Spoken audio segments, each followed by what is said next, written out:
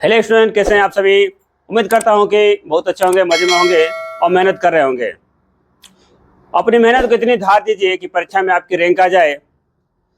आपको भगवान इतनी ताकत है कि परीक्षा को पास कर जाएं। इसी शुभकामना के साथ चलिए वीडियो की शुरुआत करते हैं। तो देखते हैं बच्चों कि हाइड्रोकार्बन क्या है। तो बच्चों, केवल कार्बन तथा हाइड्रोजन के परस्पर संयोग से बने यौगिकों को हाइड्रोकार्बन कहते हैं। देखिए बच्चों, उसमें केवल कार्बन रहेगा और केवल हाइड्रोजन रहेगा। वैसे यौगिक जो बनेंगे उन्हें हम लोग हाइड्रोकार्बन कहा जाता है। जैसे CH4, इसका नाम है बच्चों मेथेन। जैसे C2H4, इसका नाम है बच्चों एथिलीन आदि। तो बच्चों, केवल कार्बन तथा हाइड्रोजन के परस्पर संयोग से बने यौगिक को हाइड्रोकार्बन कहते हैं। हाइड्रोकार्बन का वर्गीकरण देखिए बच्चों, हाइड्रोकार्बन का वर्गीकरण दो वर्गों में विभाजित किया जा सकता है। ये पहला होता है बच्चों संतृप्त हाइड्रोकार्बन, दूसरा होता है असंतृप्त हाइड्रोकार्बन। इसको समझते हैं बच्चों कि किसको संतृप्त कहा जाएगा और किसको असंतृप्त हाइड्रोकार्बन कहा जाएगा। देखते हैं बच्चों, संतृप्त हाइड्रोकार्बन वे हाइड्रोकार्बन जिनमें कार्बन परमाणु परस्पर तथा हाइड्रोजन परमाणु से केवल एकल बंध से जुड़े होते हैं, संतृप्त हाइड्रोकार्बन कहलाते हैं। जैसे बच्चों की मेथेन CH4,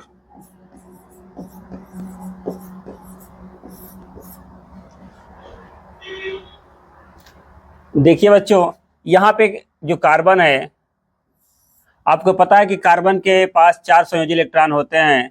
4 संयोजी इलेक्ट्रॉन को हमने ऐसे दिखा दिया बच्चों, और उसके पास 4 हाइड्रोजन भी है। 4 हाइड्रोजन को हम ऐसे दिखाता है कि इलेक्ट्रॉन को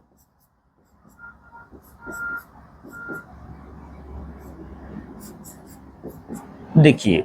अब क्या करेंगे, दोनों इलेक्ट्रॉन आपस में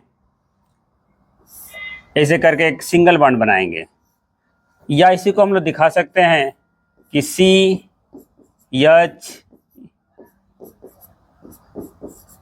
तो यहां पे आप देख सकते हैं कि सब क्या है, सिंगल बॉन्ड से जुड़े हुए हैं।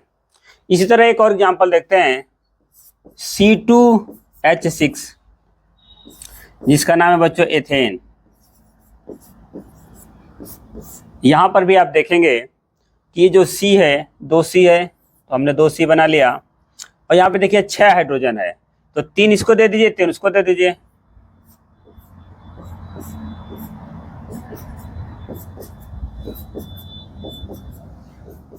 आप देख रहे हैं कि सभी जगह क्या है, सिंगल बॉन्ड है। तो वही कह रहा है कि वे हाइड्रोकार्बन जिनमें कार्बन परमाणु तथा हाइड्रोजन परमाणु से केवल एकल बंध से जुड़े रहते हैं, वो संतृप्त हाइड्रोकार्बन कहलाते हैं। अगला देखेंगे बच्चों, असंतृप्त हाइड्रोकार्बन क्या है। तो बच्चों, वे हाइड्रोकार्बन जिनमें कम से कम 2 कार्बन परमाणु द्विबंध या त्रिबंध द्वारा जुड़े होते हैं, उन्हें असंतृप्त हाइड्रोकार्बन कहते हैं। इसमें बच्चों 2 कार्बन हो, दो भी बांध हो सकता है या त्रिबंध भी होगा। जैसे हम लोग देखते हैं C2H4, ठीक है। तो यहाँ पे बच्चों, यहाँ पे कितना है, 2 C है, हमने 2 C बना लिया। और यहाँ पे 4 हाइड्रोजन है, तो 2 हाइड्रोजन इसको दे देते हैं, 2 हाइड्रोजन इसको दे देते हैं, H। अब देखिए, कार्बन को संतुष्ट करने के लिए इसकी 4 बॉन्ड होना चाहिए इसके पास। तो देखिए यहाँ पे एक करता हूं तो 1 2 3, अभी कार्बन के पास कितने हुए, 3 हुए हैं। लेकिन इसको जब कम से कम 4 डंडा जब तक मारेंगे नहीं, ये सही नहीं होता है।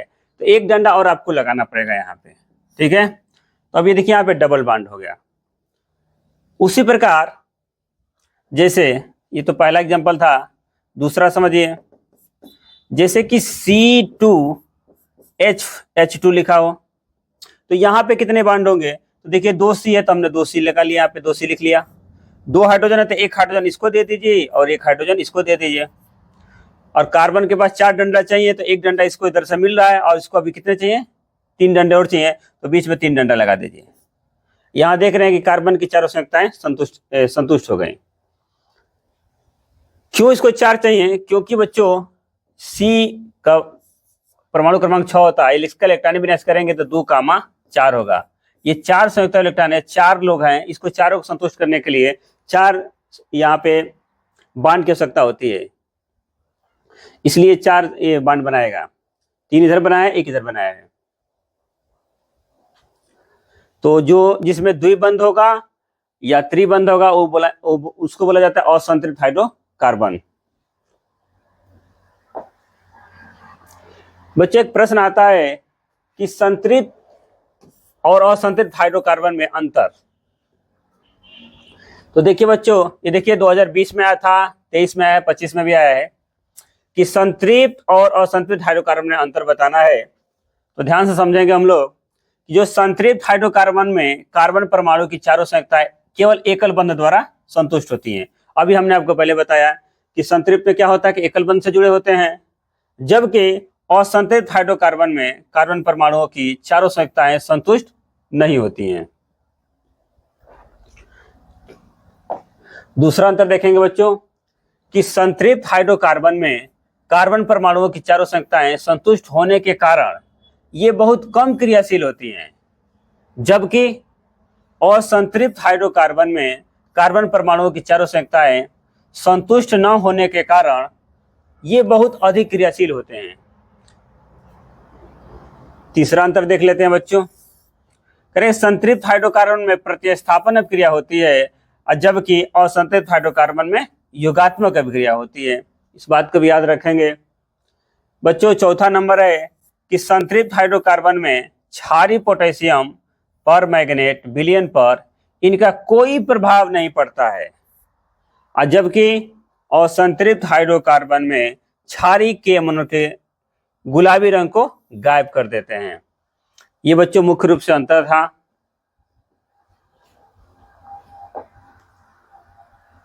एक प्रश्न है बच्चों, ये भी पेपर में आया हुआ है कि सहसंयोजक आबंध से क्या समझते हैं, और निम्नलिखित यौगिकों में सहसंयोजक आबंधों की संख्या बताइए।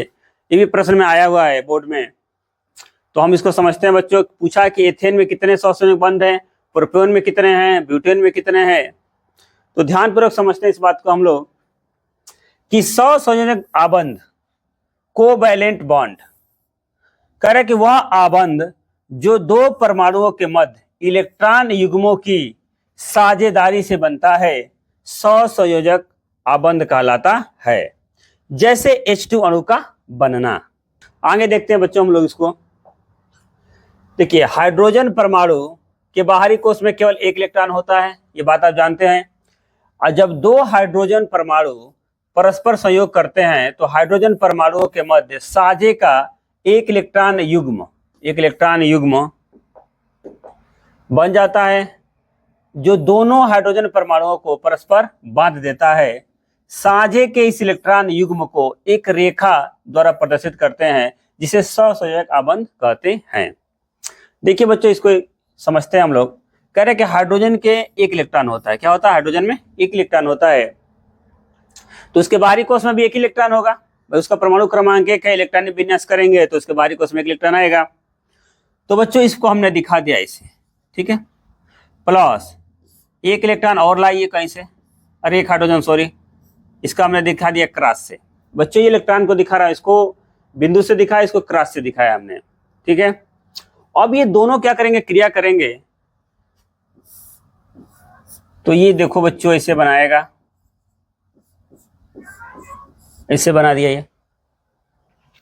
ये साझे का इलेक्ट्रॉन युग्म क्या है? साझे का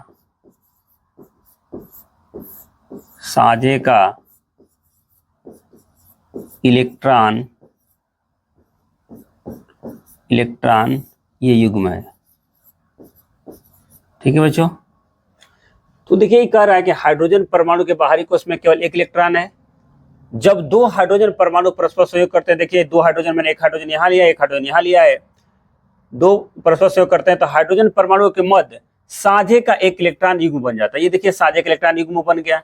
युग्म मतलब पेयर, दो गो, तो जो दोनों हाइड्रोजन परमाणुओं को परस्पर बांध देता है। अब ये क्या करेगा? दोनों लोग को बांध दिया। इस इलेक्ट्रॉन युग्म को, जो इलेक्ट्रॉन युग्म हो, इसको कैसे दिखाते हैं, एक रेखा के द्वारा प्रदर्शित करते हैं बच्चों।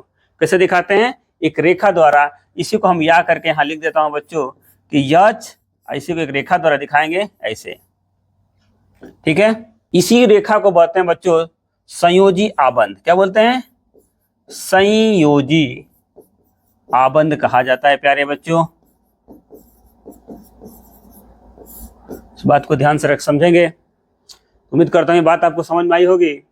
अब देखिए प्रश्न में पूछा था आपसे कि एथेन में कितने सहसंयोजी आबंध है, प्रोपेन में कितने हैं, ब्यूटेन में कितने हैं। अब हम लोग इसको समझेंगे। अब देखिए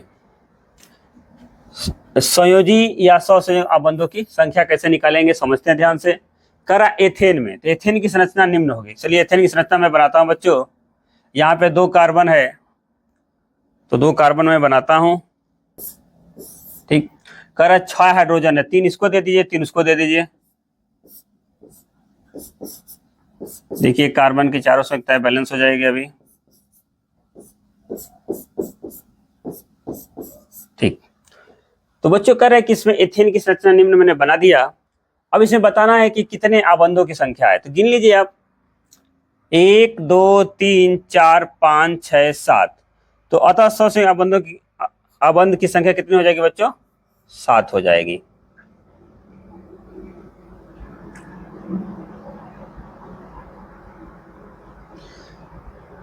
इसी तरह हम लोग अगला को भी निकालेंगे। अगला देखिए कह रहा है कि प्रोपेन में, प्रोपेन की संरचना निकालिए। 3 कार्बन है यहाँ पे, 1 2 3, 8 हाइड्रोजन है बच्चों। इनको 3 दे दीजिए, इसको भी 3 दे दीजिए। अब देखिए 3 3 6 खत्म हो गया, 2 बचा है। एक इसको नीचे लगा दीजिए, एक ऊपर लगा दीजिए, ठीक है। अब गिनिए बच्चों कितने इसमें भी हैं बॉन्ड। 1 2 3 4 5 6 7 8 9 10 10। तो ये लिखा हूं क्या था, सहसंयोजक आबंध की कुल संख्या 10 है। ऐसा भी प्रश्न आया बच्चों, इसको भी आप देखिएगा ध्यान से। एक और हम लोग देखते हैं ब्यूटेन में। ब्यूटेन की संरचना निकालिए। 4 कार्बन है बच्चों, 4 कार्बन को लिखेंगे इसे सिंगल बॉन्ड के द्वारा। अब देखिए बच्चों ध्यान पूर्वक, 10 हुआ, इसको 3 ठो देना है। किनारे वालों कितना रहेगा, 3 ठो। इसको भी 3 ठो दे दीजिए। अब देखिए कितना बचा, 3 3 6 खत्म हो गया, 4 बचा है। 2 इसको दे दीजिए और 2 इसको भी दे दीजिए। देखिए 10 हो गया। तो आपको गिनना है कि कितने ब्यूटेन की संरचना, इसके सहसंयोजक आबंध की संख्या कुल कितनी है। तो गिनते हैं बच्चों, 1 2 3 4, 4 हो गया। 5 6 7 8 9 10 11 12 13। इसकी कुल संख्या कितनी बच्चों, 13 है। तो यहाँ हम लोग लिख लेंगे 13। अब कैसे पेपर में दिखाना पड़ेगा आपको। अब बच्चों हम लोग समझेंगे कार्बनिक यौगिकों का नामकरण कैसे किया जाता है। थोड़ा सा इसका इतिहास समझेंगे। देखिए इसका इतिहास भी परीक्षा में आया है 2019 में और 20 में, कि कार्बनिक यौगिकों का नामकरण पर संक्षिप्त टिप्पणी लिखिए। करें कि कार्बनिक यौगिकों का जो नामकरण है उसको आप शॉर्टकट तरीका में क्या बता सकते हैं। ये तो बहुत बड़ा ये टॉपिक है बच्चों, लेकिन मैंने इसको शॉर्टकट तरीके में बनाने का प्रयास किया है। और देखिए आपको इसको शॉर्टकट तरीका में कैसे लिखेंगे। तो हेडिंग है बच्चों कार्बनिक यौगिकों का नामकरण। ध्यान समझेंगे बच्चों। सर्वप्रथम सन 1892 में जनेवा, जनेवा कहाँ पड़ता है, स्विट्जरलैंड में, नामक स्थान पर रसायनज्ञों की अंतर्राष्ट्रीय समिति ने कार्बनिक यौगिकों के नामकरण की एक पद्धति अपनाई जिसे जनेवा पद्धति कहते हैं। सबसे पहले बच्चों क्या हुआ, सन 1892 में जनेवा में, कहा जनेवा, जनेवा कहाँ पड़ता है, स्विट्जरलैंड में, नामक स्थान पर रसायन जो रसायन विज्ञान के वैज्ञानिक लोग थे वहीं पे इकट्ठा हुए। अंतर्राष्ट्रीय समिति ने कार्बनिक यौगिकों के नामकरण की एक पद्धति अपनाई जिसे पहले जेनेवा पद्धति कहते थे। इस पद्धति में बहुत सी कमियां थी। क्या थी? इस पद्धति में बहुत सी कमियां थी। तब सन 1930 में लीग कहां पड़ता है बच्चों? बेल्जियम में। लीग कहां पड़ेगा? बेल्जियम में। बेल्जियम नामक स्थान पर अंतर्राष्ट्रीय रसायनक संघ इंटरनेशनल यूनियन ऑफ केमिस्ट ने जेनेवा पद्धति की कमियों को दूर करते हुए एक नई पद्धति अपनाई, जिसे आईयूसी पद्धति कहते हैं बच्चों। उसे क्या कहते हैं? आईयूसी पद्धति कहते हैं। आईयूसी पद्धति में जटिल कार्बनिक यौगिकों के नामकरण करने में असफल रही। क्या हुआ बच्चों? ये भी जो पद्धति बनी आईयूसी, ये भी बहुत अच्छी पद्धति नहीं थी। ये भी जटिल कार्बनिक यौगिकों के नामकरण करने में असफल रही। तब सन 1957 में, कब बच्चों? सन 1957 में शुद्ध और अनुप्रयुक्त अंतर्राष्ट्रीय रसायनज्ञ संघ, जिसको बोलते हैं international union of pure and applied chemist, ने आईयूसी पद्धति की कमियों को दूर करते हुए एक नई पद्धति अपनाई, जिसे आईपीएससी पद्धति कहते हैं। और बच्चों वर्तमान में पूरे विश्व में यही पद्धति मान्य है। बच्चों मैंने इसको शॉर्टकट बताने का प्रयास किया है कि सबसे पहले कौन सी पद्धति बनी थी बच्चों, ध्यानपूर्वक समझेंगे। देखिए बच्चों, सबसे पहले 1892 में जेनेवा पद्धति आई। इसमें बहुत सारी कमियां थी, तो 1930 में लीग बेल्जियम में एक आईयूसी पद्धति बनी, इसकी कमियों को दूर किया। इस कमी में भी, इसमें भी कमियां रहेगी जटिल कार्बनिक यौगिकों का नामकरण करने में। तब 1957 में कौन सा आया? आईपीएससी आया, international union pure of applied chemist. तो इस तरह इसका ये नामकरण था बच्चों।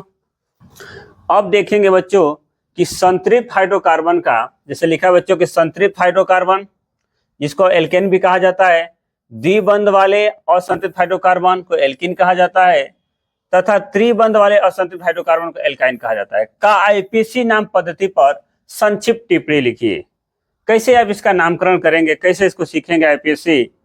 प्यारे बच्चे, बहुत आसान टॉपिक है, एक बार समझने का प्रयास करिएगा, जरूर समझ में आएगा। संतृप्त हाइड्रोकार्बन का आईपीएससी पद्धति, जिन हाइड्रोकार्बनों में कार्बन परमाणु परस्पर हाइड्रोजन परमाणुओं के साथ एकल बंध यानी कि सिंगल बॉन्ड से जुड़े होते हैं, उन्हें संतृप्त हाइड्रोकार्बन कहते हैं। इनको आईपीएससी में बच्चों एल्केन कहा जाता है। क्या कहते हैं? एल्केन कहते हैं। जैसे बच्चों C2H6,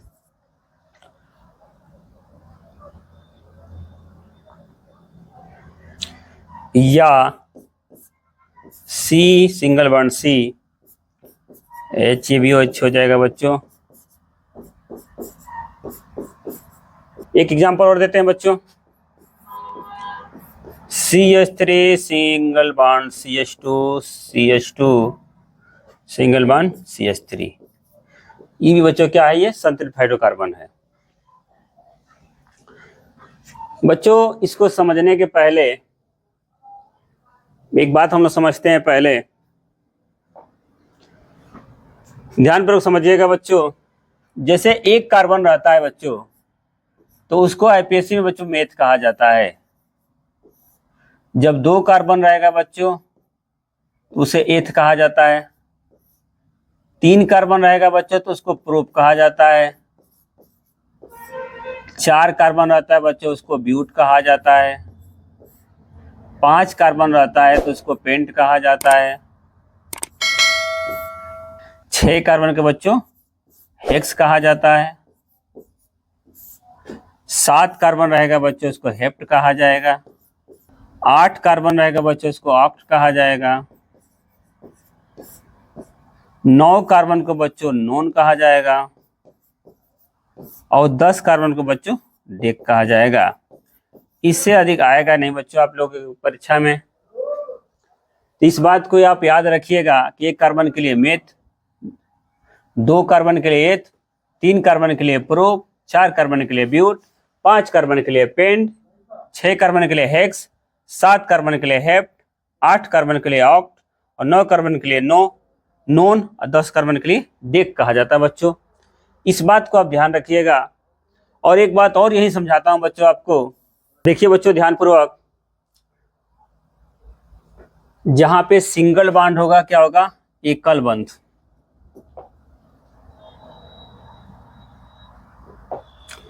एकल बंध होगा बच्चों, उसको क्या कहते हैं, एल्केन कहा जाता है। जहां पे द्विबंध हो उसको बच्चों एल्कीन कहा जाता है, और जहां पे त्रिबंध हो उसको बच्चों कहा जाता है एल्काइन कहा जाता है। तो देखिए बच्चों, जहां एकल बंध होता है वहां पे एन जोड़ा जाता है। क्या जोड़ा जाता है, एन जोड़ा जाता है।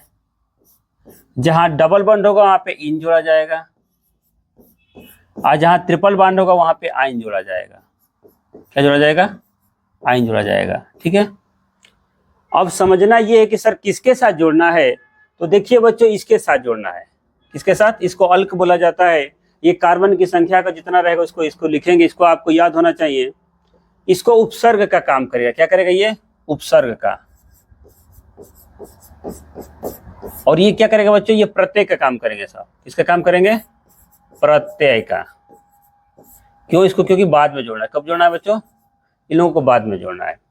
तो चलिए हम लोग समझते हैं कैसे। तो देखिए यहाँ पे मैंने लिखा है कि जैसे कि CH4 है। क्या है, जैसे CH4 है, CH4 इसके जब निकालेंगे हम लोग तो ये हो जाएगा H, इधर भी H, इधर भी H और इधर भी H। ठीक है, तो बच्चों यहाँ पे देख रहे हैं कि सभी सिंगल बॉन्ड से जुड़े हुए हैं।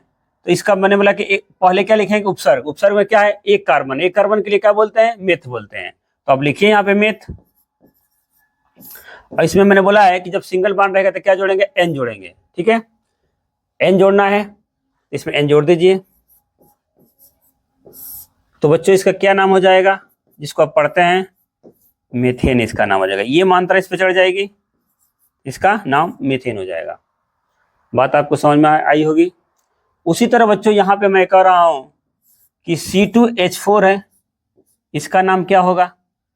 तो देखिए यहाँ पे C कितने हैं, 2 हैं, तो 2 C बना लीजिए। हाइड्रोजन कितने हैं, 4 है। एक हाइड्रोजन यहाँ पे देंगे, एक हाइड्रोजन यहाँ पे देंगे, एक हाइड्रोजन यहाँ पे देंगे, एक हाइड्रोजन यहाँ पे देंगे, और एक हाइड्रोजन, एक बॉन्ड यहाँ पे बनाइए। लेकिन देखिए यहाँ पे कार्बन की चारों संख्या संतुष्ट नहीं हो रही है, इसलिए आपको एक बॉन्ड और यहाँ पे बनाना पड़ेगा। अब ये कार्बन की चारों संख्या संतुष्ट हो गए। तो अब देखिए यहाँ पे डबल बॉन्ड हो गया कि नहीं हो गया। इसका नाम रखना है तो सबसे पहले क्या रखेंगे, अल्क। अल्क में क्या है, 2 कार्बन के लिए क्या होता है, एथ होता है। तो एथ लिख लेंगे आप। ठीक है, अब प्लस यहाँ पे डबल बॉन्ड है तो क्या जोड़ेंगे, इन जोड़ेंगे। तो इसका नाम क्या हो जाएगा बच्चों, इसका नाम हो जाएगा एथीन। क्या हो जाएगा नाम, एथीन। उसी तरह बच्चों यहाँ पे हम लोग देखते हैं कि जैसे कि C2 है और H2 है। तो इसको पहले देखिए, संरचना सूत्र निकालिए इसका। 2C है, 2C लिखते हैं हम, एक C और एक C। 2 हाइड्रोजन है तो एक हाइड्रोजन इनको दे दीजिए और एक हाइड्रोजन इनको भी दे दीजिए। यहाँ समझिए। अब तो देख रहे हैं कि यदि यहाँ पे बैलेंसी पूरा करने के लिए यहाँ पे 3 बॉन्ड बनाना पड़ेगा, क्योंकि 4 डंडा जरूरत है कार्बन को। तो 3 यहाँ बीच में बना दीजिए। 3 कार्बन यहाँ पे मिल गया आपको, 3 बॉन्ड, ये ट्रिपल बॉन्ड हो गया। तो अब बताइए इसका नाम क्या रखेंगे। तो सबसे पहले देखिए कि कार्बन की संख्या कितनी है। तो देखिए 2 कार्बन है, और 2 कार्बन के लिए हमने बताया है कि 2 कार्बन को क्या कहेंगे, एथ कहेंगे। तो पहले एथ लिख लीजिए। ठीक है, और हमने कहा है आपको कि जहां ट्रिपल बॉन्ड होता है उसके लिए आयन जोड़ा जाता है, तो इसका नाम यहाँ पे आयन जोड़ दीजिए। तो इसका नाम क्या हो जाएगा बच्चों, एथाइन हो जाएगा। बताइए यहां तक बात आपको समझ में आई कि नहीं आई। तो बच्चों जैसे आपके दिल में एक प्रश्न उठ रहा होगा कि सर यहाँ पे CH4 है, यहाँ पे C2H4 है, यहाँ पे C2H2 है। तो आप ऐसे बना रहे हैं कि सर ये यहाँ पे ट्रिपल बॉन्ड है, यहाँ पे डबल बॉन्ड है, यहाँ पे सिंगल बॉन्ड है। कुछ ऐसा भी दवाई बता दीजिए जिससे बिना इसको खोले ही पता चल जाए कि यहाँ पे डबल बॉन्ड होगा कि ट्रिपल बॉन्ड होगा कि सिंगल बॉन्ड होगा। तो बच्चों उसके लिए भी एक मंत्र है, इसका एक सूत्र होता है। चलिए उसको मैं नोट कर देता हूं यहाँ पे। उसके बाद से इसको खोलना नहीं पड़ेगा, ऊपर ही से देख के पता लगा लेंगे आप कि कौन सा बॉन्ड इसमें छुपा हुआ है। चलिए मैं उसको भी बता रहा हूं आपको, ध्यानपूर्वक समझेंगे बच्चों, ध्यान से समझेंगे। कैसे समझेंगे? ध्यानपूर्वक, ध्यानपूर्वक देखिए। देखिए बच्चों, इसका सूत्र होता है एल्केन का CnH2n प्लस 2। यहां पे जितने कार्बन है, जितने हाइड्रोजन है बच्चों, कार्बन की संख्या के दुगने से दुगो अधिक हैं। कितने हैं? जितने कार्बन होंगे उसके दुगने से दो अधिक होंगे। यहां पे देखिए ये होगा CnH2n, और यहां देखिए बच्चों तो यहां पे हो जाएगा CnH2n माइनस 2। बच्चों जहां पे हाइड्रोजन की संख्या कार्बन की संख्या के दुगने से दुगो अधिक रहेगा वहां पे एल्केन होगा, यानी कि वहां पे क्या जोड़ेंगे? एन जोड़ेंगे। जहां पे बच्चों कार्बन हाइड्रोजन की संख्या कार्बन की संख्या से कितनी होगी? दुगना होगी, वहां पे हम लोग को इन जोड़ना है। और जहां हाइड्रोजन की संख्या कार्बन की संख्या के दुगने से भी दो कम हो जाएगी, वहां पे क्या जोड़ना है? आयन जोड़ना है।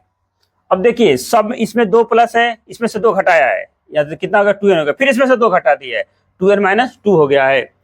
आप इसको आसानी से याद कर सकते हैं कि क्रमशः 2 क्या हुआ है? घटा है। यहाँ पे 2 जुड़ा था, यहाँ पे 2 घट गया, यहाँ पे और 2 घट गया है। तो इसको याद रखेंगे बच्चों। तो उस तरह जो मैं खोल के दिखा रहा था, आपको खोलने की जरूरत नहीं होगी, आप बाहर से देख लेंगे कि डबल बांड है कि ट्रिपल बांड है। तो देखिए जैसे मैंने यहाँ पे कहा कि C3H8, तो अब देखिए यहाँ पे जो हाइड्रोजन है कार्बन की संख्या कितनी है? 3 है। 3 दूना का 6, 6 दो 8। यहाँ पे है कि नहीं है? यहाँ पे दुगना से 2 अधिक है, तो इसको तुरंत इसका नाम बता पाएंगे आप। कितने कार्बन है? 3। 3 कार्बन के लिए क्या कर सकते हैं आप? प्रोप बोलेंगे। क्या बोलेंगे? प्रोप। प्लस मैंने बताया है कि सिंगल बांड होगा तो एन। कैसे जाने सिंगल बांड? क्योंकि हाइड्रोजन की संख्या क्या है? दुगना से 2 अधिक है, तो यहाँ पे एन लिखेंगे। तो बताइए इसका नाम क्या हो जाएगा? ये मात्रा इस पे चढ़ा दीजिए, ये हो जाएगा बच्चों प्रोपेन। क्या हो जाएगा? प्रोपेन हो जाएगा। ठीक है।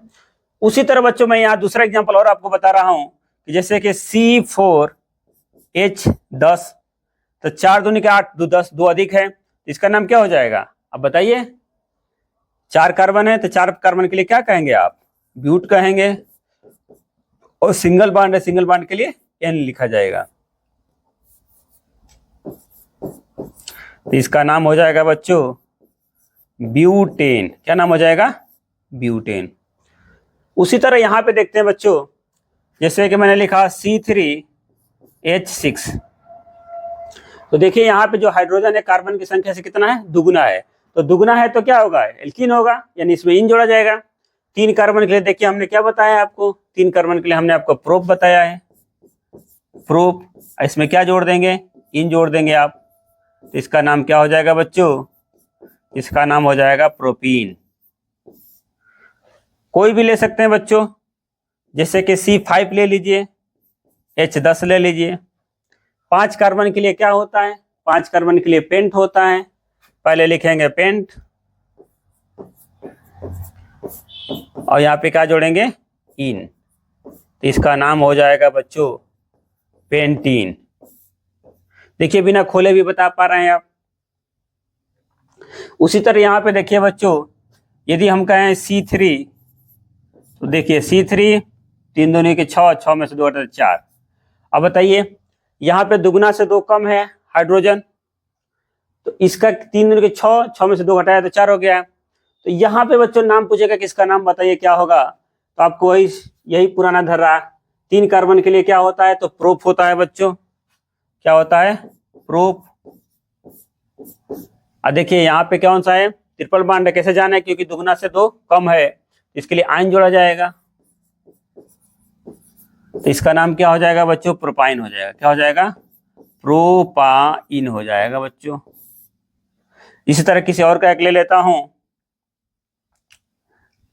C4H6। क्या होगा बच्चों? C4H6, तो यहां पे इसका नाम हो जाएगा ब्यूट। 4 कार्बन के लिए क्या होता है? ब्यूट, और यहां पे जोड़ेंगे आइन, तो इसका नाम हो जाएगा बच्चों ब्यूटाइन।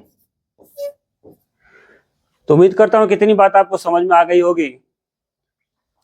इसके बाद से कुछ और हम आपको बताते हैं आगे। आपको ध्यान देना है, ये मान आपको ये आपको सब याद होना चाहिए। अल्क, उसके बाद से इसको सूत्र याद करेंगे। इसका एल्केन का सूत्र होता है CnH2n+2, एल्कीन का होता है CnH2n, और एल्काइन का होता है बच्चों CnH2n-2। इस बात को याद रखेंगे। यहाँ से आपकी आईपीएससी स्टार्ट होगी बच्चों। जो यही बात लिखा था बच्चों, वही बात को मैंने बताया है पहले। द्विबंधयुक्त वाले असंतुलित हाइड्रोकार्बन कि जिस असंतुलित हाइड्रोकार्बन में कम से कम 2 कार्बन परमाणु द्विबंध या डबल बॉन्ड से जुड़े होते हैं उसे आईपीएससी में एल्कीन कहते हैं। ये बात मैंने पीछे आपको बता दिया। फिर यहाँ पर भी लिखा है कि त्रिबंधयुक्त असंतुलित हाइड्रोकार्बन कि जिस असंतुलित हाइड्रोकार्बन में कम से कम 2 कार्बन परमाणु त्रिबंध द्वारा जुड़े होते हैं उन्हें आईपीएससी में एल्काइन कहते हैं बच्चों। अब देखते हैं बच्चों कुछ क्रियात्मक समूह है, और क्रियात्मक समूह में आईपीएससी नाम कहा जाता है। इसके बाद से क्रियात्मक समूह का सूत्र क्या होता है। देखिए बच्चों, क्रियात्मक समूह क्या होता है कि जो एल्कोहल समूह होता है उसके लिए इसका क्रियात्मक समूह होता है OH, ठीक है, और इसका आईपीएससी नाम होता है। इसके आईपीएससी नाम में क्या जोड़ेंगे, आल जोड़ा जाता है। जैसे एल्डिहाइड समूह है, इसका क्रियात्मक समूह होता है बच्चों CHO। इसको इस तरह भी लिखा जाता है, C डबल बॉन्ड से O जुड़ा रहेगा, एक तरफ क्या रहेगा H रहेगा और दूसरी तरफ क्या रहेगा एल्किल समूह रहेगा कोई। तीसरा होता है बच्चों कीटोन समूह, जिसको क्या कहा जाता है आईपीएससी में ओन कहा जाता है, और ये CO रहेगा, यानी तो ऐसे लिखा रहेगा C से डबल बॉन्ड से 2 लोग जुड़े रहेंगे, O डबल बॉन्ड जुड़े। इसी को मैं इस तरह लिखा हूं बच्चों कि यहाँ से O जुड़ा रहेगा, दोनों तरफ कुछ जुड़ा रहेगा, और CH3 एल्किल समूह जुड़ा रहेगा। और चौथा होता है बच्चों कार्बोक्सिलिक समूह, जिसको इसमें आईपीएससी में वही कम जुड़ा जाता है, और इसका सूत्र होता है सिंगल बॉन्ड COOH। बच्चों इसको एक दूसरे रूप में भी लिखा जा सकता है, C डबल बॉन्ड O, इधर क्या रहेगा OH रहता है। केवल ओनली OH रहेगा तो एल्कोहल का रहेगा, और C के साथ रहेगा तो किसका जाएगा, कार्बोक्सिलिक समूह का जाएगा बच्चों। अब देखेंगे बच्चों हम लोग कि एल्डिहाइड की आईपीएससी पद्धति कैसे है। तो कह रहा है बच्चों जिन यौगिकों में एल्डिहाइड समूह, तो देखिए बच्चों यह क्या रहेगा C, इधर एक तरफ H रहेगा और इधर O रहेगा। जिन यौगिकों में एल्डिहाइड समूह CHO उपस्थित होता है एल्डिहाइड यौगिक कहलाते हैं। इन्हें आईपीएससी में एल्केनल कहते हैं। एल्केन में से E को हटाकर अल जोड़ने पर एल्डिहाइड का आईपीएससी नाम प्राप्त होता है। देखते हैं बच्चों एल्डिहाइड का आईपीएससी नाम कैसे। तो देखिए कह रहा है कि बच्चों एल्केन में से E को हटाकर, देखिए एल्केन है ना, E को क्या करना है, हटाना है, और किसको जोड़ना है, अल को, Al को जोड़ देना है। हिंदी में समझेंगे तो हिंदी में बता रहे अल जोड़ना है, और ये हो जाएगा एल्केनल। अब देखिए बच्चों, अब एग्जाम्पल से समझाते हैं, सीधे सीधे एग्जाम्पल पर समझिए। जैसे कि होता है आईपीएससी में HCHO, क्या है, जैसे HCHO, ठीक है बच्चों। इसका मुझे आपको आईपीएससी बताना है कि इसका आईपीएससी नाम क्या होगा। तो देखिए बच्चों यहाँ पे एक कार्बन है, एक कार्बन के लिए क्या होता है, मेथ होता है, और मेथ में क्या जोड़ेंगे, N जोड़ेंगे। क्यों जोड़ेंगे भैया, सिंगल बॉन्ड के लिए। और CHO के लिए क्या जोड़ा जाएगा, अल जोड़ा जाएगा। तो इसका नाम हो जाएगा बच्चों ये मेथा पे एक मंत्र हो जाएगा मेथे, ये हो जाएगा 9 और मिलकर हो जाएगा मेथेनल। इसका नाम हो जाएगा बच्चों मेथेनल। इसी तरह एक और देखते हैं बच्चों, CH3CHO का क्या होगा, CH3CHO का। सारे हम लोग बच्चों एल्केन का पढ़ रहे हैं ये सब। तो एल्केन में आपको पता है कि सिंगल बॉन्ड होता है। तो देखिए कितने कार्बन है, 2 कार्बन के लिए बच्चों क्या होगा, एथ होगा। सिंगल बॉन्ड के लिए क्या होगा, N होगा। और CHO इसके लिए क्या जोड़ेंगे, तो अल जोड़ेंगे। तो इसका नाम हो जाएगा बच्चों, सबको मिला दीजिए, ये हो जाएगा ए थप एक मतलब ए थे नल। इसका नाम हो जाएगा बच्चों 9 और मिलके हो जाएगा एथेनल। उसी तरह बच्चों एक और एग्जांपल समझते हैं हम लोग, CH3CH2CHO। यहाँ पे सर जी नाम बता दीजिए इसका क्या नाम होगा। तो गिनिए कितने कार्बन है, 1 2 3। तीन कार्बन के लिए बच्चों प्रोप होता है, सिंगल बॉन्ड है, N होगा। CHO के लिए अल जोड़ेंगे तो बच्चे इसका नाम हो जाएगा प्रोपेनल। क्या हो जाएगा बच्चों, प्रोपेनल। एक और समझते हैं बच्चों, जैसे CH3 CH2 CH2 C double bond O और H। अब इसका नाम बताइए बच्चों। तो देखिए कितने कार्बन है, 1 2 3 4। 4 कार्बन के लिए ब्यूट होता है, ठीक है बच्चों। और सिंगल बॉन्ड के लिए N बताया गया है आपको, और CHO के लिए ऑल बताया गया है। अब इसको देख के मत कहिए कि डबल बॉन्ड है, क्योंकि ये तो क्रियात्मक समूह का है बच्चों। तो इसका नाम हो जाएगा ब्यूटेनल। क्या नाम हो जाएगा बच्चों, ब्यूटेनल। अब हम लोग बच्चों देखेंगे नेक्स्ट, अगला। अब हम लोग देखेंगे कीटोन का। समझिएगा बच्चों कीटोन का, कि जिन यौगिकों में कीटोन समूह देखिए ध्यान समझिए, ये है, या ऐसे भी रह सकता है या ऐसे भी हो सकता है, ठीक है। उपस्थित होता है वो कीटोन यौगिक कहलाते हैं। इनका आईपीसी नाम को देखेंगे हम लोग। देखिए बच्चों, कीटोन का आईपीसी नाम एल्केनोन होता है। यह कैसे बना है देखिए बच्चों, एल्केन में से ई को हटाएंगे और ओ यानी ई को सटाएंगे, यानी कि ओन जोड़ा जाएगा तो क्या बनेगा, एल्केनोन। तो चलिए हम लोग एग्जाम्पल समझते हैं बच्चों। जैसे कि CH3 CO CH3, आपको बताना इसका नाम क्या होगा। तो देखिए बच्चों, इसका नाम तो हो जाएगा, सिंपल देखेंगे तो प्रोपेन हो जाएगा। क्या हो जाएगा, प्रोपेन हो जाएगा। अब प्रोपेन में क्या जोड़ना है, ओन जोड़ना है, तो प्रोपेनोन हो जाएगा। इसमें क्या है बच्चों, इसका सिंपल नाम देखेंगे तो प्रोपेन होगा, क्योंकि 3 कार्बन है। और इसमें क्या जोड़ना है आपको, ओन जोड़ना है। इसका नाम हो जाएगा प्रोपेनोन। आ रही बात समझ में आपको। ऐसे को हम तोड़ तोड़ के भी लिख सकते हैं कि 3 कार्बन है तो इसको प्रोप कहेंगे, सिंगल बॉन्ड के लिए N कहेंगे, यहाँ पे क्रियात्मक समूह CO है तो इसके लिए ओन जोड़ा जाएगा। क्या जोड़ेंगे बच्चों, ओन जोड़ेंगे। इसका नाम हो जाएगा, मिलाएंगे तो हो जाएगा प्रोपेनोन। आ रही बात समझ में। तो जैसे आपको समझ में आता है उसे समझिए। ये आपको आसान लगता है तो इसको अपनाइए, ये आसान लगता है तो इसको अपनाइए। जैसे CH3 CH2 CO CH2 CH3। तो देखिए बच्चों, इसका नामकरण करना है तो कैसे किया जाएगा। तो देखिए यहाँ पे देखेंगे क्रियात्मक समूह कहाँ जुड़ा है, इसकी नंबरिंग करेंगे हम लोग। तो इधर से करेंगे तो 1 2 3 4 5। देखिए बच्चों, इधर से करेंगे तो 1, इधर से भी करेंगे तो 1 2 3 4 5। इधर से भी ये दूसरे नंबर के बाद ही आ रहा है, तीसरे पे आ रहा है, इधर से भी तीसरे पे आ रहा है। क्रियात्मक समूह किसरे नंबर पे आ रहा है, तीसरे नंबर पे आ रहा है। तो कितने कार्बन है, 1 2 3 4 5। 5 कार्बन के लिए क्या हो जाएगा, ये पेंट हो जाएगा। सिंगल बॉन्ड के लिए N होता है, और CO के लिए क्या हो जाएगा, ओन हो जाएगा।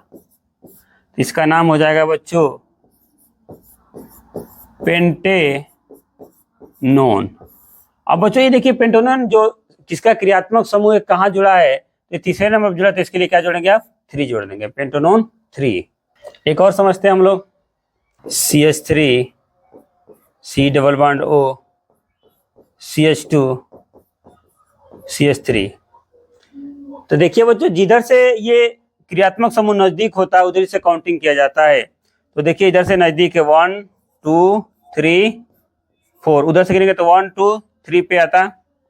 इधर से नजदीक है तो इधर से काउंटिंग करेंगे आप। तो देखिए कितने कार्बन है, 1 2 3 4 कार्बन है। 4 कार्बन के लिए क्या लिखेंगे, तो ब्यूट लिखेंगे, एन प्लस प्लस ओन। तो बच्चों इसका नाम हो जाएगा ब्यूटेनोन। और किस नंबर पे है, तो दूसरे नंबर पे जुड़ा है क्रियात्मक समूह, तो ब्यूटेनेन 2 हो जाएगा। अब आगे देखेंगे बच्चों कार्बोक्सिलिक अम्ल का। तो देखिए बच्चों कार्बोक्सिलिक अम्ल वे यौगिक जिनमें कार्बोक्सिलिक समूह सिंगल बॉन्ड COOH, या इस तरह लिखा रहेगा single bond C double bond में O जुड़ा रहेगा, इधर OH रहेगा, एक तरफ OH रहता है, उपस्थित होता है तो कार्बोक्सिलिक अम्ल कहलाते हैं। इन्हें IPAC में एल्कोनोइक अम्ल कहते हैं। तो देखिए बच्चों यहाँ एल्केन से क्या करेंगे, ई को हटाएंगे और ओइक एसिड जोड़ दिया जाता है, तो हो जाता है एल्कोनोइक एसिड या एल्कोनोइक अम्ल। तो देखिए बच्चों हम लोग एग्जाम्पल से समझते हैं कि जैसे लिखा है कि HCHO HCOOH, तो देखिए मैंने बताया कि COOH रहेगा तो कौन सा कहलाएगा, कार्बोक्सिलिक अम्ल कहलाएगा। अब इसका आपको IPAC नाम बताना है बच्चों।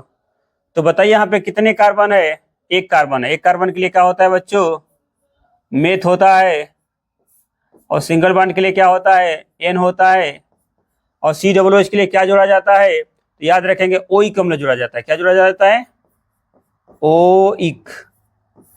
ओइक अम्ल को जोड़ दीजिए बच्चों इसमें, तो इसका नाम हो जाएगा मेथे, ये मात्रा इस पे आ जाएगी, नो पर ओ का मात्रा आ जाएगी, तो नोइक, इसका नाम हो जाएगा बच्चा मेथनोइक अम्ल।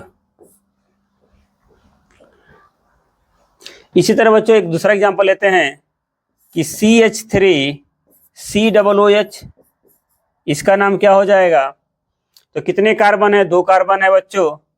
तो बताइए 2 कार्बन है, सिंपल समझिए तो इसको एथेन कहेंगे। एथेन में क्या जोड़ना है, तो आपको ओइक अम्ल जोड़ना है। क्या जोड़ना है, ओइक, तो इसका नाम हो जाएगा बच्चों एथेनोइक अम्ल, एथेनोइक अम्ल। एक और समझते हैं बच्चों एग्जांपल इसका, CH3CH2COH। देखिए बच्चों ये इस रूप में जुड़ा है, तो इसका नाम क्या रखेंगे, 1 2 3 कार्बन के लिए प्रोपेन। अब प्रोपेन में क्या जोड़ेंगे, ओइक अम्ल जोड़ देंगे, ओइक अम्ल जोड़ना है आपको, तो इसका नाम हो जाएगा बच्चों प्रोपेनोइक अम्ल। अब हम लोग देखेंगे बच्चों अगला बच्चों एल्कोहल का IPAC पद्धति। देखिए बच्चों एल्कोहल का IPAC पद्धति, जिन यौगिकों में एल्कोहल समूह या हाइड्रॉक्सी समूह, जिसको क्या कहते हैं OH, उपस्थित होता है, इसको एल्कोहल कहलाते हैं। एल्कोहल का IPAC नाम एल्केनॉल है। देखिए बच्चों यहाँ पे क्या होता है, एल्केन में से ई को हटाएंगे, OL को सटाएंगे, यानी आल जोड़ा जाता है, तो ये हो जाएगा एल्केनॉल। अब ध्यानपूर्वक समझते हैं बच्चों एग्जाम्पल के माध्यम से, कि जैसे उदाहरण में देखेंगे बच्चों CH3OH। तो बताइए कार्बन यहाँ कितने कार्बन है, तो 1 कार्बन है बच्चों, तो 1 कार्बन के लिए मेथ, सिंगल बॉन्ड के लिए बच्चों N, और OH के लिए क्या जोड़ेंगे, तो आप बता दीजिए कि सर OH के लिए आल जोड़ा जाता है, तो इसका नाम हो जाएगा बच्चों मेथेनॉल। क्या नाम हो जाएगा इसका, मेथेनॉल। इसी तरह दूसरा एक समझिए C2H5OH। तो देखिए यहाँ पे कितने कार्बन है, तो 2 कार्बन है। 2 कार्बन के लिए क्या होगा, एथ होगा, सिंगल बॉन्ड के लिए N होता है बच्चों, और OH के लिए आल जोड़ा जाएगा, तो इसका नाम हो जाएगा एथेनॉल। क्या हो जाएगा, एथेनॉल इसका नाम हो जाएगा प्यारे बच्चों। एक और समझते हैं बच्चों, इधर तीसरा नंबर पे CH3 CH2 CH2OH। तो देखिए बच्चों यहाँ पे कितने कार्बन है, 1 2 3, 3 कार्बन है कि, तो इसके लिए क्या हो जाएगा प्रोप, सिंगल बॉन्ड के लिए एन, और इसके लिए क्या जोड़ेंगे आल। तो क्या नाम हो जाएगा बच्चों, इसका नाम हो जाएगा प्रोपेनॉल। यदि काउंटिंग करेंगे बच्चों इसकी तो 1 2 3, एक नंबर पर OH जुड़ा है तो प्रोपेनॉल 1 भी लिख सकते हैं इसको। एक और समझिए बच्चों एग्जाम्पल के तौर पे, CH3 CHOH, उसके बाद CH3, इसका नाम कैसे करेंगे बच्चों, तो देखेंगे कितने कार्बन है 1 2 3, तो ये तो हो जाएगा प्रोप, ठीक है, और प्रोप N प्लस आल, तो इसका नाम हो जाएगा बच्चों प्रोपेनॉल। अब देखिए ये जो OH कहाँ जुड़ा है, तो देखने के 1 2 3, तो दूसरे नंबर पर जुड़ा है तो प्रोपेनॉल, इसका नाम हो जाएगा 2।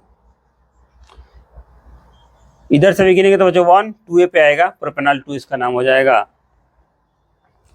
तो ये हो गया बच्चों एल्कोहल का एफिसी नाम। अब हम लोग आगे देखेंगे एल्किल हाइलाइट का। देखिए बच्चों एल्किल हाइलाइट, इसको हैलोजन वर्ग भी कहा जाता है। IPSC में नामकरण नियम के अनुसार हैलोजनों को उपसर्ग के रूप में लिखा जाता है। देखिए बच्चों हैलोजनों को पहले उपसर्ग में लिखेंगे, जिसे Cl को क्लोरो। हैलोजन कौन होता है बच्चों, जैसे आवर सारणी में जो 17 नंबर होता है बच्चों, फिर कल बाहर आई आंटी, तो ये बच्चों होता है, ये 17 नंबर पे आता है। जैसे यह रहेगा तो इसके लिए फ्लोरो कहा जाएगा, फ्लोरो। Cl को बच्चों IPSC में क्लोरो कहा जाता है। Br को ब्रोमो कहा जाता है बच्चों, इसको आइडो कहा जाता है।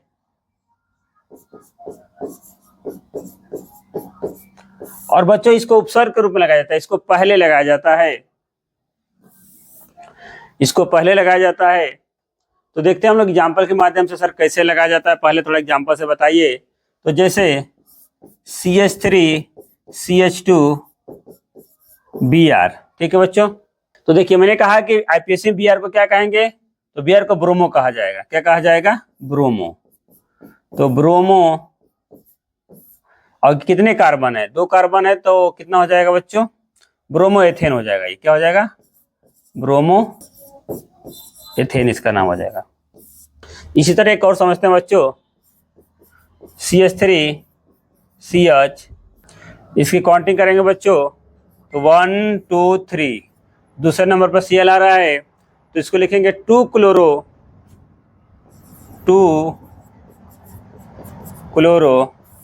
1 2 3, 3 कार्बन तो बच्चों हो जाएगा प्रोपेन, 2 क्लोरो प्रोपेन।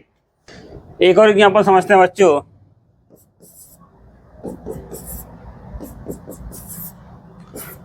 CH बच्चों इसका IPSC नाम कैसे रखेंगे, तो देखिए यहाँ पे कितने क्लोरीन है, 3 है, तो 3 के लिए बच्चों लिखेंगे ट्राई। क्या लिखेंगे, ट्राई। Cl को बच्चों कहा जाता है क्लोरो, एक कार्बन को क्या बोले जाएंगे, मेथेन। तो बच्चों इसका नाम हो जाएगा ट्राई क्लोरो मेथेन। तो बच्चों जिसे संख्या दिया है एक के लिए बच्चों यहाँ पे कहा जाता है मोनो, 2 के लिए बच्चों कहा जाता है डाई, और 3 के लिए बच्चों होता है बच्चों ट्राई, और 4 के लिए बच्चों होता है टेट्रा। इसलिए यहाँ पे लिखा गया ट्राई क्लोरो मेथेन। तो बच्चों कैसा लगा हमारी वीडियो, कमेंट में जरूर बताइएगा। मेहनत करते रहिए, मेहनत ही आपको सफलता दिलाएगी। धन्यवाद।